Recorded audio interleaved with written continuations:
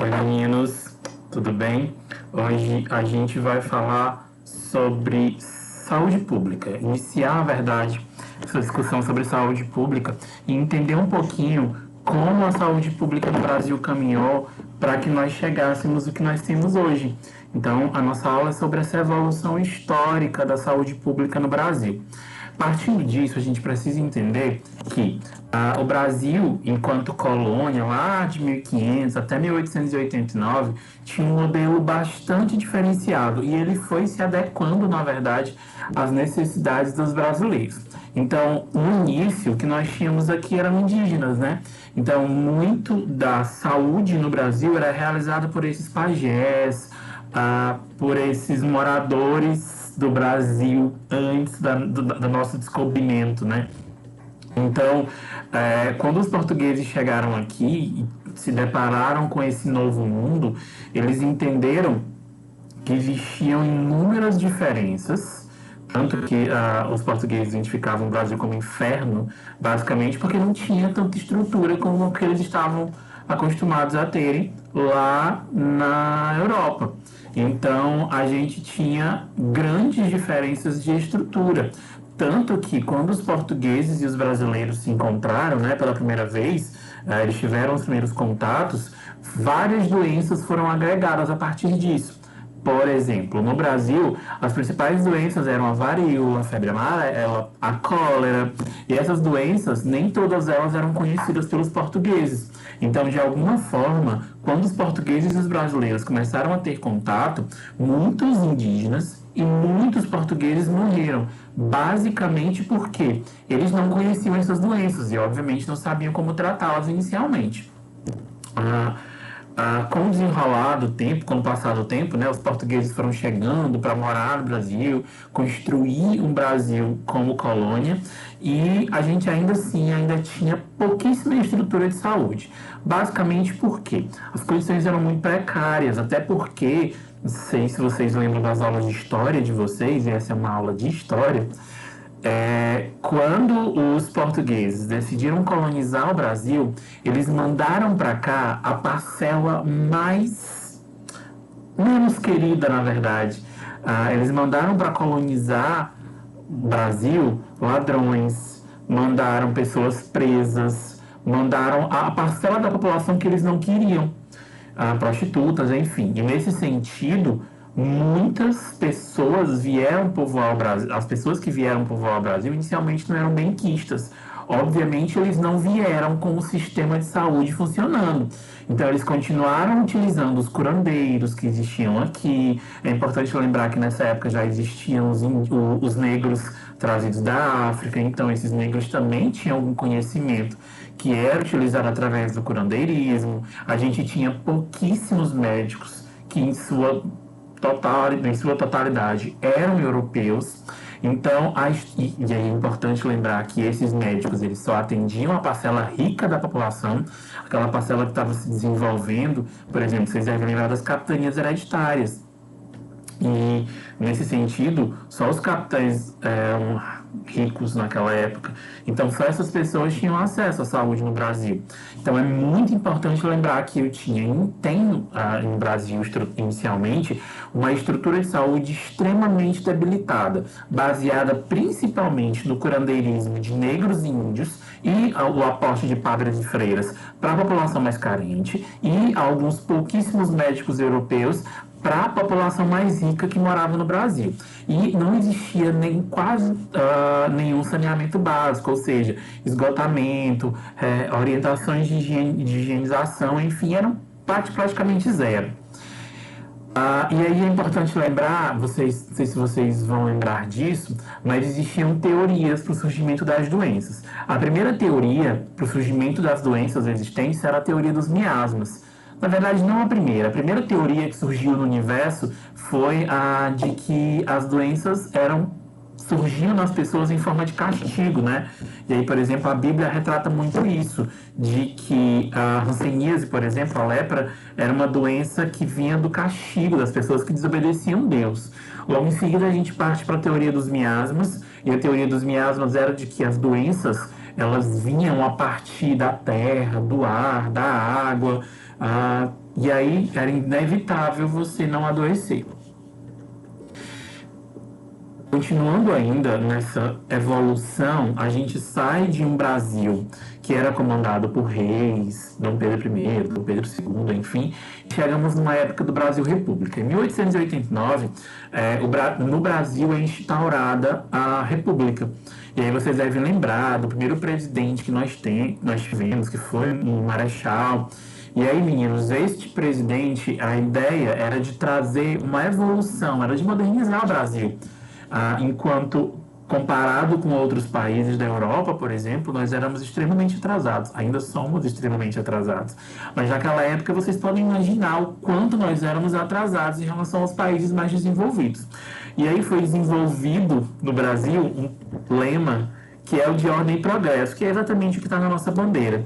A ideia, baseada no lema positivista, era de que nós estivéssemos inseridos num sistema que avançasse, fizesse o Brasil avançar em diferentes estratégias. Entre elas, a ciência, a saúde, a cultura. E aí a gente precisa falar de ciência, né? Porque a gente está falando de desenvolvimento científico e saúde. O Brasil ele tentou muito se modernizar nessa época. E aí, meninos, a gente vai ganhar alguns passos muito largos que ainda hoje são utilizados como sistema de saúde, mas que naquela época eram extremamente novidade. E aí a gente chega na medicina moderna. Naquela época, por exemplo, no final do século XIX e começo do século XX, a gente tinha o descobrimento da pasteurização com Louis Pasteur e, obviamente, o conhecimento da era bacteriológica. E a gente sai da teoria dos miasmas e parte para uma teoria bacteriológica, de que todas as doenças eram causadas por micro-organismos, as bactérias. A gente tem o descobrimento da fisiologia com Claude Bernard, a gente tem o início das primeiras faculdades de medicina no Brasil, porque até então, lá no comecinho do século, no finalzinho do século XIX, nos anos 1800, 1889, 1890, enfim, a gente tem a assistência pautada extremamente nas pessoas as pessoas ricas que podiam mandar seus filhos para a Europa estudar. Quando esses filhos voltavam, eles atendiam a parcela rica. E é importante lembrar que a população pobre continuava sem assistência, continuava sendo atendido pelos curandeiros, pelos padres, pelas casas de misericórdia, através das irmãs de caridade. Inclusive, a enfermagem surge muito daí, né? A enfermagem brasileira surge muito das irmãs de caridade. E a gente tem, juntando esses itens, meninos, de conhecimento científico, de desenvolvimento tecnológico, a chegada das primeiras faculdades de medicina no Brasil, o atendimento de uma maior parcela, a gente tem um conhecimento inicial do que a gente chama de saúde pública, que é pensar na população e entender que essa população sofre os problemas exatamente por causa da ausência de assistência de saúde. Então, no Brasil a gente começa o conhecimento, né, os primeiros estudos para prevenção de doenças, e aí uma coisa que é extremamente importante que vocês entendam isso, quando a gente fala em saúde pública, a gente fala inicialmente numa prevenção também, né, atenção básica, atenção primária, que é exatamente a ideia de prevenir doenças e educar a população para que as pessoas adoeçam cada vez menos, ok? E aí, continuando essa ideia, a gente chega no desenvolvimento do Brasil. Naquela época, Rio de Janeiro era a capital do Brasil, então, obviamente, a gente tinha uma assistência muito maior naquela região. Então, desenvolvimento tecnológico e, em compensação, a gente também tinha muitas doenças naquela região, principalmente porque era aquela região a capital do Brasil. Portanto, elas sofriam maior aporte de pessoas. E aí, meninos, nesse sentido, a gente tem um boom de algumas doenças nessa época. Por exemplo, a varíola. A varíola era uma doença que assolava extremamente o Brasil. A gente tinha a febre amarela, porque é importante lembrar que naquela região existia mata ainda, né? A gente sabe que as regiões da costa brasileira tinham muitas matas, né? Elas foram sendo demolidas, devastadas ao longo do tempo, basicamente para o desenvolvimento econômico. e crescimento das cidades, mas a febre amarela está diretamente ligada à invasão das matas. E ainda a gente ainda tinha a peste bubônica, que era relacionada diretamente à presença dos ratos. A febre tifoide e a cólera, que continuavam matando milhares de pessoas naquela época. E aí a gente chega num negocinho chamado de onda ou era higienista. O que é isso? A onda ou era higienista foi uma das primeiras preocupações do Estado. Quando eu me refiro ao Estado, eu me refiro a uma preocupação do governo, tanto o governo estadual, principalmente, e o governo federal, com as políticas de saúde pública brasileira. O que quer dizer isso? Essas políticas sociais, o nome política de saúde pública ainda era muito... não era utilizado. Então a gente tinha políticas sociais de saúde, tá bom? E aí nossa primeira onda foi a onda higienista. O que era a onda higienista? A onda higienista tinha a intenção de orientar as pessoas quanto aos cuidados com higiene, aos cuidados com a higienização dos alimentos, aos cuidados de higiene pessoal, porque naquela época já se sabiam como algumas doenças eram transmitidas. Então, se sabiam como algumas doenças eram transmitidas, se podia evitá-las. Então, a onda higienista traz essa introdução de atenção primária, olha aí a atenção primária, que ainda hoje é a base da saúde pública no Brasil, de orientar as pessoas em relação à educação em saúde. E essa onda, ela foi muito importante, só que ela também traz alguns problemas que a gente vai já discutir lá na frente. Nessa época, meninos, a gente está passando por o que a gente chama de política do café com leite. O que era a política do café com leite? A política do café com leite a gente iniciou com generais, né, militares no Brasil, sendo presidentes, e a gente passa numa época para que a gente chama de política do café com leite. Os lucros trazidos pelo café favoreceram o crescimento de grandes cidades. E logo em seguida a gente tem lá em Minas Gerais o descobrimento do uso e da venda, digamos assim, do café do leite com mais eficiência. Então, a política do café com leite começou a ganhar força no Brasil. E o café era muito desenvolvido em São Paulo e o leite muito desenvolvido em Minas Gerais. Segura aí que isso vai já trazer alguns desenrolares para a saúde pública do Brasil mais na frente. Nessa época começam a chegar os imigrantes, né? Vocês lembram que lá em 1889 os escravos, eles são... como é que eu vou usar a palavra? Eles não foram libertados porque eles não passaram a ser utilizados, né? Eles, enfim, sofreram a abolição, mas eles não passaram a ser respeitados como pessoas. E aí começam a chegar muitos imigrantes. E aí, gente, imagina só, começa a chegar imigrantes de toda a Europa. Esses imigrantes começam a trazer novas doenças. E essas pessoas, elas não têm onde morar. Elas vão morar onde? Será que o governo deu casa para elas? É óbvio que não. Então, se o governo não deu casa, elas começaram a se alojar onde conseguiam. Então, a gente tem aí também o surgimento das primeiras favelas no Brasil. E aí começaram a ficar em casas, e aí com essa situação, a sujeira começa a aumentar. E aí vocês devem saber que os europeus naquela época, ainda hoje, não são tão bons de higiene, né? Então, começam a chegar mais doenças que não eram conhecidas no Brasil. Com isso, a gente tem também, obviamente, a característica das ideias de medicina europeia, que chegam ao Brasil junto com essa população, mas não eram, obviamente, esses imigrantes que traziam essas ideias. Com a abertura dos portos do Brasil para a entrada de imigrantes, outros profissionais acabaram chegando também, tá bom? E aí, meninos, a gente tem alguns desenrolares. Para a saúde pública, a gente tem as oligarquias, digamos que eram os grandes produtores interessados, os grandes latifundiários, né? Lembra do café? Não esqueçam do café, a gente vai continuar falando dele. Começaram a ficar mais interessados na melhoria da saúde da população. E aí cobravam, obviamente, porque se eles perdiam trabalhadores, eles acabavam sendo prejudicados. Então, eles também cobravam mais fiscalização para evitar doenças infecto-contagiosas. Lembra da onda higienista? E a gente tem a construção do processo de hegemonização da doença e cura. Isso é um grande problema. Por quê? Naquela época, os médicos institucionalizados, só pensavam na cura, eles não pensavam muito na prevenção das doenças. Então isso era um grande problema. Ninguém se preocupava com a doença, com a saúde, até ficar doente. Será que não era melhor, e a gente sabe que é melhor, evitar que as doenças aconteçam? Só que naquela época os médicos, e ainda hoje os médicos, eles acabam vivendo dessa cura, né?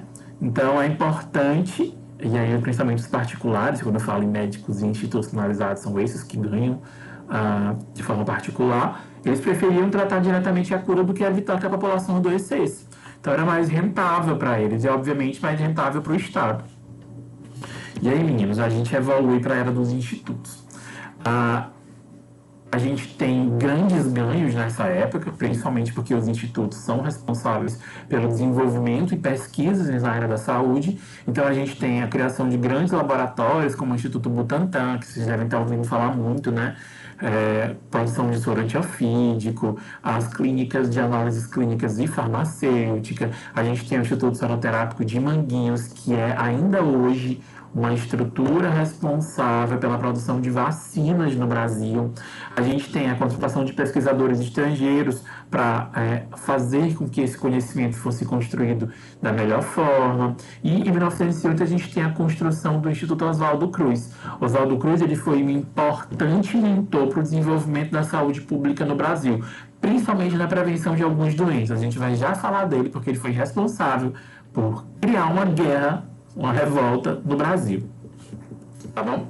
E aí a gente tem o descobrimento da doença de Chagas, né, o Trypanosoma cruzi. A doença de Chagas ela é responsável ainda, infelizmente, por uma parte grande de mortalidade no Brasil, principalmente nas regiões mais interioranas. E é importante lembrar que a Trypanosoma cruzi é transmitido pela picada do barbeiro. Não pela picada, né? Quando ele pica, ele elimina o Trypanosoma cruzi através das fezes. E quando a gente coça, a gente acaba levando as fezes para dentro do local onde foi picado. E é importante lembrar que o Trypanosoma cruzi, causando a doença de Chagas, traz problemas principalmente cardiovasculares. Acontece o aumento do coração, que é a cardiomegalia, e obviamente acaba trazendo grandes problemas. Por isso que a doença de Chagas está diretamente ligada à alta mortalidade. A gente tem o Jacatatu, que é um grande desenho desse brasileiro doente, preguiçoso, amarelado, que não fazia muito esforço. E a gente tem, obviamente, um olhar mais claro de uma situação muito grave. Ou seja, a gente está ali em 1908, 1910, 1915, com o Brasil sofrendo de grandes epidemias, como a cólera, a varíola, a doença de Chagas. São grandes problemas que afetam principalmente a parte mais pobre da população brasileira. E aí é importante lembrar que a gente tem negros que não trabalhavam, né, porque eles aboliram a escravidão, e esses negros não foram mais chamados para trabalhar. A gente tem uma população pobre, que são os imigrantes que chegaram no Brasil. A gente tem os filhos da população pobre que foi crescendo no Brasil. Então a gente tem um aglomerado muito grande de população pobre no Brasil que sofriam diretamente com essas doenças de desenvolvimento popular. E aí a gente tem o princípio da eugenia. O que é o princípio da eugenia? E aí eu vou contar uma historinha para vocês que vai ser muito importante para o entendimento de vocês. Prestem atenção. Imagina só uma cidade do Rio de Janeiro lotada de gente, apinhada de gente. E aí chega a ideia do princípio da eugenia. O que quer dizer o princípio da eugenia? O princípio da eugenia traz, e aí vocês devem lembrar da Primeira Guerra Mundial, né, de 1914 a 1918, que há uma supremacia branca, que essas pessoas eram melhores, na verdade, né? Eram melhores, eram mais importantes que as outras pessoas.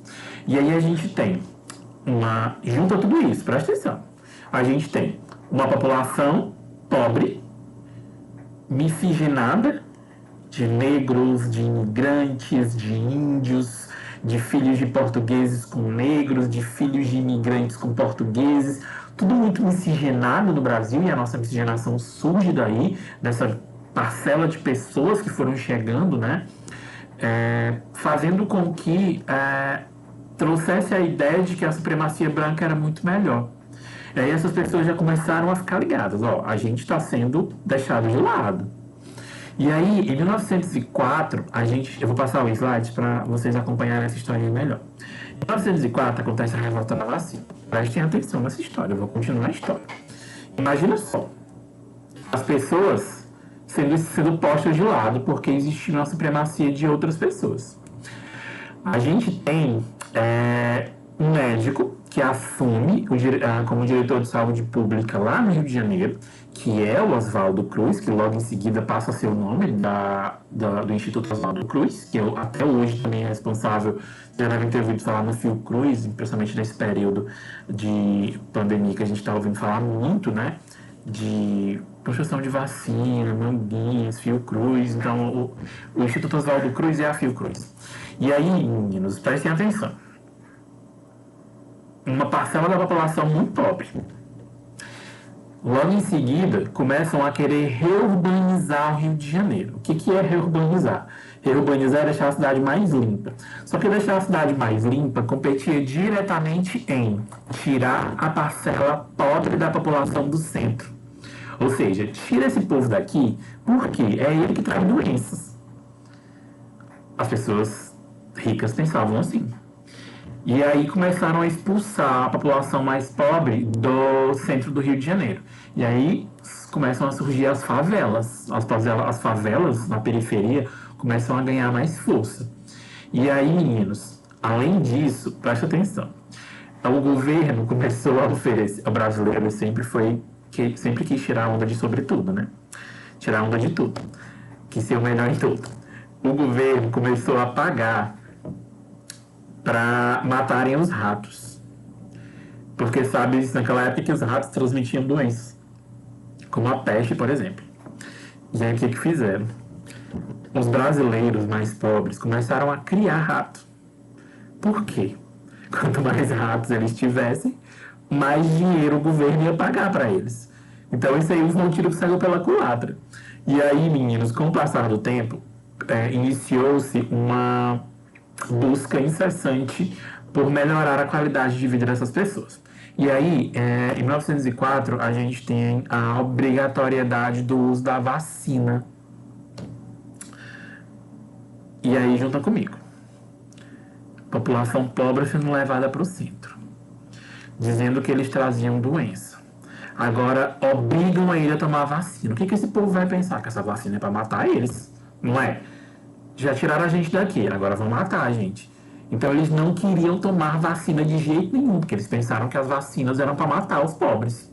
Então a gente tem a eclosão da revolta da vacina, porque Oswaldo Cruz impõe que a vacina seja obrigatória contra a varíola para todo brasileiro com mais de 6 meses de idade. Então os pobres, a população mais pobre começou a pensar que essa vacina era para matar eles, já que eles não estavam sendo bem vistos naquele momento.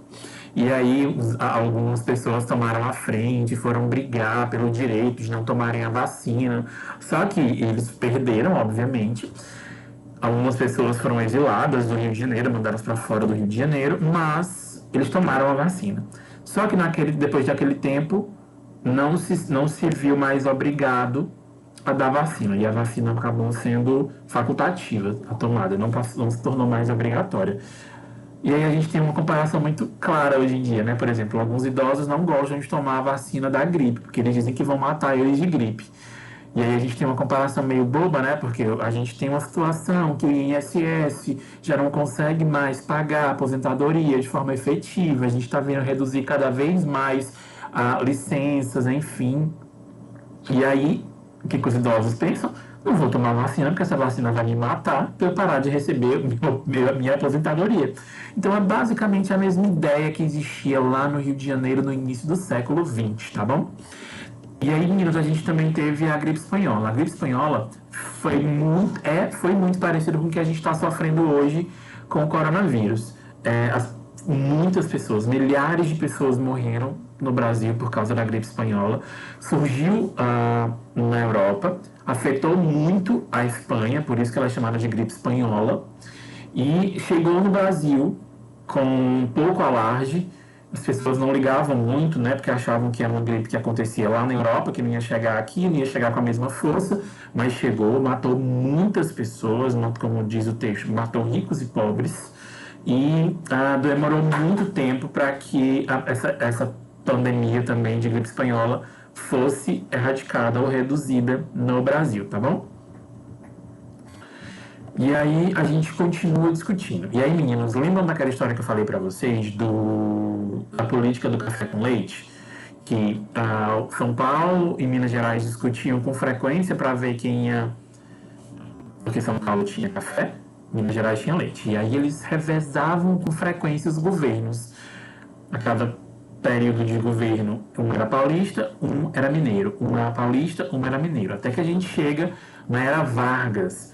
Getúlio Vargas foi um mineiro que assumiu a presidência do Brasil em 1930, e aí a gente tem um boom, porque Getúlio Vargas cria o Ministério da Educação e Saúde. Não eram dois ministérios, era um ministério só para educação e saúde, tá ok? Com o compromisso de zelar pelo bem-estar da população.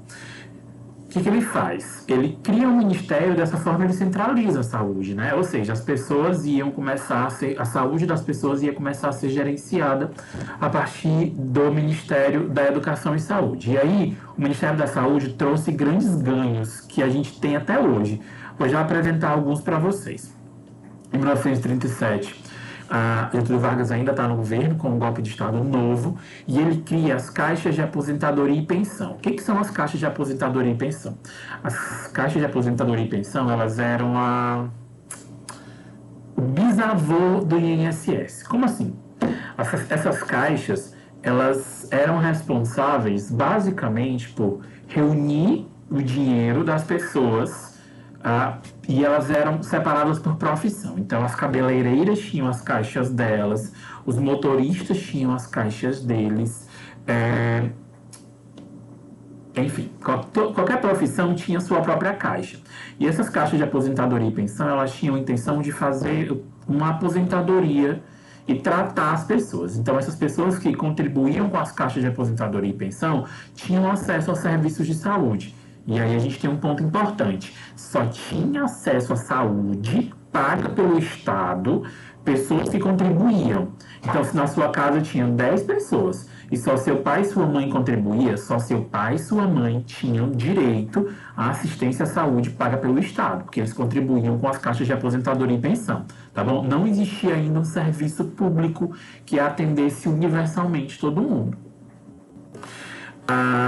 Evoluindo, o Getúlio Vargas trouxe muitos ganhos, como eu disse, né?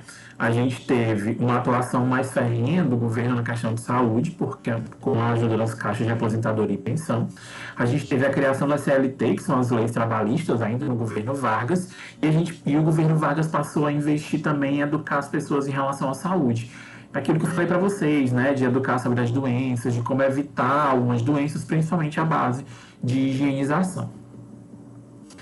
A influência do governo Vargas, a gente tem mudança de abordagem, eu não vou entrar muito nisso porque é uma aula de história, mas é uma aula de história do Brasil, uma aula de história da saúde pública no Brasil. A gente vê a entrada do modelo americano, o modelo americano ainda é vigente lá nos Estados Unidos, de não existir uma saúde pública, o modelo lá é um hospitalocêntrico, ou seja, as doenças só são tratadas quando a pessoa adoece. Não existe uma educação em saúde. E aí, nessa época, o modelo americano passa a ganhar força aqui no Brasil, de que não devia se preocupar muito com a educação da população. Deixa esse povo adoecer, a gente trata eles e ganha o dinheiro deles, tá bom? A gente tem efetivamente o controle de algumas epidemias no sul e no sudeste do Brasil, visto que aquela parcela do Brasil eram mais visadas, né? Aqui o Nordeste nessa época foi bastante esquecido, tanto que a gente tem reflexos ainda hoje desse problema. A gente, por exemplo, viu na construção de Brasília em 1950 grande parte dos nordestinos mudando para a região sul do país, sul, sudeste, centro-oeste. E a chegada da Fundação Rockefeller. Lembra que eu falei para vocês que o modelo americano ia ganhar grande força aqui no Brasil? Aquele modelo hospitalocêntrico, do médico no centro, que só ele cura, enfim. Então, a Fundação Rockefeller traz esse modelo para o Brasil. E aí a gente tem uma mudança a partir de 45, em que a gente tem uma redemocratização, a gente tem uma criação do Ministério da Saúde, agora a saúde tem um ministério só para ela, só que a gente tem grandes problemas, porque imagina só, lembra das caixas de aposentadoria e pensão, que cada profissão tinha a sua caixa? E aí o Ministério da Saúde agora vai reunir todas essas caixas. Minha gente, se já era fácil roubar o dinheiro das caixas de aposentadoria e pensão, imagina agora que esse dinheiro estava num lugar só. Quão mais fácil era roubar, né? E é isso exatamente que acontece. Acontece o roubo disso. E aí a gente tem o surgimento de alguns problemas. Por exemplo, a malária acaba ganhando força no Brasil, principalmente na região norte e nordeste do Brasil. A gente tem a intervenção da OPAS, principalmente porque a OPAS é a Organização Pan-Americana de Saúde. É um braço da Organização Mundial de Saúde. E aí a gente tem um grande problema. Deixa eu só voltar aqui um negocinho. Porque a gente vai entrar numa era muito difícil para o Brasil. A gente está aqui nos governos anteriores à ditadura militar. E aí a gente tem uma entrada do governo americano, os americanos entram com bastante força no Brasil nessa época, influenciando inclusive a política no Brasil. A gente tem dificuldades técnicas, porque o modelo americano não gostava da orientação de saúde e, consequentemente, a população ia adoecer mais. Só que a população adoecia mais, só que grande parte da população não tinha acesso à saúde, ou não tinha acesso aos serviços de saúde. Por isso, eles ficavam sem acesso e, consequentemente, morriam de doenças simples. E os médicos continuavam querendo ganhar mais, os médicos continuavam querendo ganhar mais. E aí, meninos, a gente chega numa mudança. Lembra daquilo que eu falei para vocês, Gi? As caixas de aposentadoria e pensão, elas eram responsáveis por reunir um pouquinho do salário de cada uma das profissões. E a gente tem a reunião dessas caixas de aposentadoria e pensão. Aqui, por exemplo, as LOPs são o avô do INSS, porque a gente ainda tem o INAMPS antes disso, enfim. Mas todo aquele dinheiro das caixas de aposentadoria e pensão agora estava reunido num lugar só, que é a Lei da Previdência Social, que reunia as caixas de aposentadoria e pensão num local só, facilitando a gestão desse dinheiro para, inclusive, saúde e aposentadoria desses trabalhadores. Só que também abria brecha para mais roubo nessa situação, que é, infelizmente, o que acontece até hoje. A gente tem algumas reformas no Brasil antes da ditadura militar. A gente está na portinha da ditadura, e a ditadura trouxe grandes problemas para a saúde no Brasil. A gente vai já discutir isso, grandes problemas, principalmente econômicos, tá bom? Mas a gente vai chegar nessa parte já. A gente tem reformas de base feitas por João Goulart, que era presidente do Brasil na época. Os ricos continuavam ficando cada vez mais ricos, os pobres continuavam ficando cada vez mais pobres e, consequentemente, os ricos continuavam tendo assistência melhor e os pobres continuavam não tendo assistência nenhuma, além dos curandeiros, além dos padres, das casas de misericórdia. Enfim, a gente continuava numa eterna luta entre a população rica e a população pobre do Brasil, que continuavam uma com acesso e outra sem acesso à saúde. E aí, meninos, a gente chega no regime militar. O regime militar trouxe grandes problemas para o Brasil e a saúde não ficaria de fora, né? Quem conhece, quem lembra um pouquinho das aulas de história, aí a gente sabe que o governo militar trouxe grandes declínios, principalmente com censura, com dificuldade de acesso aos serviços de saúde, e por conta disso a gente teve grandes problemas. Primeiro, que foi um problema econômico, e, consequentemente, isso acaba refletindo diretamente na saúde do Brasil. Por quê? Os governos militares, eles vangloriavam-se de terem conseguido um milagre econômico brasileiro. Ou seja, eles acreditavam, faziam as pessoas acreditarem, na verdade, porque a gente sabe que o Brasil ficou muito endividado na época do regime militar, faziam as pessoas acreditar que o Brasil estava rico. E aí que eles eram bons porque eles tinham feito o Brasil ficar rico. Então, isso trouxe grandes problemas, né? Só que os governos militares investiram principalmente em esporte, né? Tanto que a gente pode ver um reflexo ainda hoje, quem acompanha Olimpíadas, Jogos, alguns medalhistas olímpicos do Brasil cantam um hino fazendo reverência à bandeira, porque eles são custeados pelos, como se fossem militares, e eles ganham bolsa atleta através dos governos militares, como se fossem militares.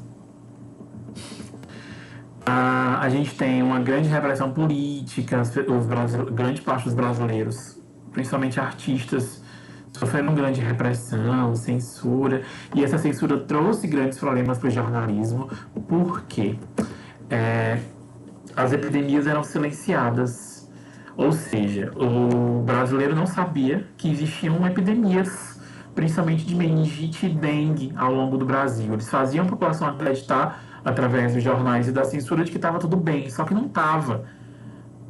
A gente vivia grandes problemas.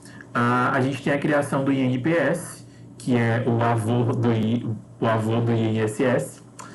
A gente tem a criação do Ministério da Previdência e Assistência Social como ganhos nessa época, visto que eles são responsáveis por dar assistência à saúde dessa população. E a gente tem um retrocesso muito grande, que é a individualização da saúde pública. É estranho falar nisso, né? Individualização da saúde pública, individuar a saúde da população, é totalmente controverso, mas foi isso que aconteceu. Diminuiu-se a assistência pública e passou-se a tratar o indivíduo como um indivíduo só. Não é um indivíduo que está inserido num contexto, que pode adoecer por causa desse contexto. Então, isso trouxe grandes problemas para o desenvolvimento da saúde pública no Brasil.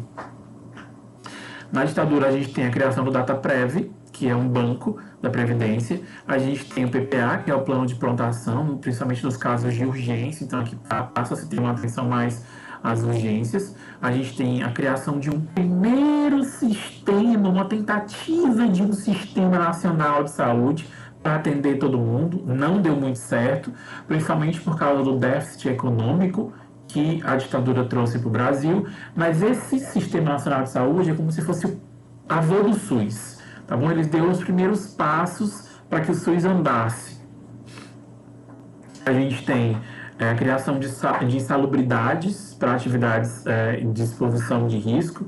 Então, os profissionais da saúde passaram a ganhar uma renda extra a mais por causa dessa exposição aos riscos. E um problema de modelo social. A gente tinha muito. As pessoas pobres ficaram cada vez mais pobres, e com isso elas tinham menos direitos. E aí, um dos problemas, na verdade, a ditadura militar acaba perdendo espaço aqui, por causa da necessidade da população buscar os seus direitos. Isso foi muito bom. A população abrir os olhos e entender que precisava buscar os seus direitos, tá bom? E aí, meninos, a gente ainda tem a saúde como um grande negócio para os Estados Unidos. Os Estados Unidos, eles disse, na verdade, que o golpe militar se deu com a ajuda do governo americano. Por quê? Antes dos governos militares chegarem, a gente tinha um presidente que estava um pouquinho ligado para o comunismo, lá para o socialismo, e os Estados Unidos não queriam isso para o Brasil, então eles vieram intervir diretamente. Então, como eles vieram intervir diretamente, eles acabaram impondo algumas situações. Então, por isso que a saúde no Brasil acabou sendo um bom negócio para o estrangeiro. Por quê? Porque eles puderam desenvolver o modelo deles. E, por causa disso também, o modelo do Sistema Nacional de Saúde no Brasil inicial não deu certo. Porque não era o que o governo americano queria. Eles queriam ganhar dinheiro em cima disso. E um sistema de saúde público não ia dar dinheiro para eles. E, por causa disso, surge o caso Golden Cross, que foi um sistema que uma empresa americana, né, que queria impor o modelo, e aí voltando a falar do sistema Rockefeller, um modelo hospitalocêntrico, que começou a receber dinheiro do governo brasileiro para trazer a saúde para o brasileiro. Isso é muito estranho, né? E aí a gente teve a entrada dessa situação e exposição, obviamente, no futuro do caso Golden Cross.